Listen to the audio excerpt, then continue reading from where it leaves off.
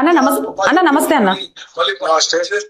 అన్న మీకు తెలిసే ఉంటుంది నిన్న ఆటో డ్రైవర్ కి సంబంధించిన ఇష్యూ, మీరు కూడా దాని మీద మాట్లాడారు.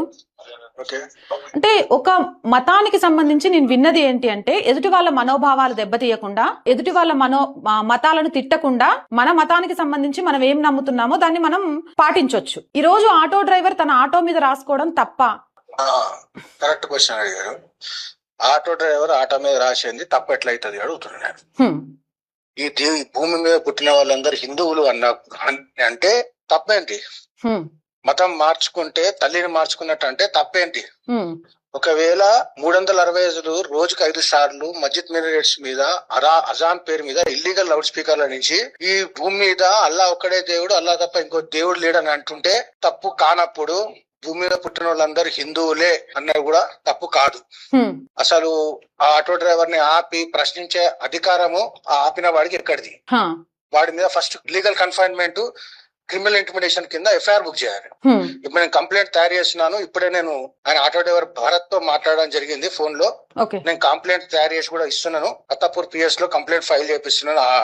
ఆటో అడ్డగించి ప్రశ్నించినటువంటి వ్యక్తి పైన వాడు ఎవరైనా సరే పోలీసులు అరెస్ట్ చేయాల్సిందే, వాడి మీద ఇన్వెస్టిగేషన్ చేయాల్సిందే.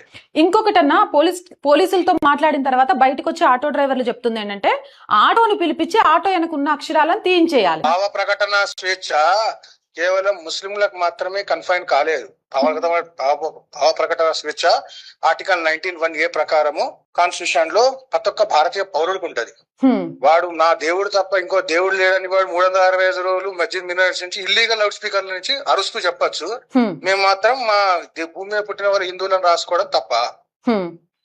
తీయమనండి, పోలీసు వాళ్ళు తీస్తారో ఎవరు తీస్తారో ప్రతి ఒక్కరి మీద చర్యలు ఉంటాయి. ఆటో మీద అక్షరాలు తీసిన ప్రతి ఒక్కరి మీద ఏ అధికారి అయినా సరే కంపల్సరీ చర్యలు ఉంటాయి. అట్లయితే ప్రతి ఆటో మీద there is no god but Jesus అని రాసుకొని తిరుగుతున్నారు. తీసిర్రా ఎవరన్నా? దాని మీద కంప్లైంట్ ఎందుకు వేయలేదు? ఇదే ముస్లింలు దాని మీద కంప్లైంట్ ఎందుకు వేయలేదు? అనవసరంగా హిందువుల జోలికి రాకూడదు. హిందువులకు కూడా భావ ప్రకటన స్వేచ్ఛ ఉంటది. అత్యుత్సాహం ప్రదర్శించిన వాళ్ళకు ఇదే చెప్తున్నాను. అనవసరంగా హిందువులను అవసరంగా కెలకద్దు. మాకు కూడా చట్టాలు తెలుసు. మేము కూడా కాన్స్టిట్యూషన్ పట్టుకొని తిరిగాము, చదువుతాము.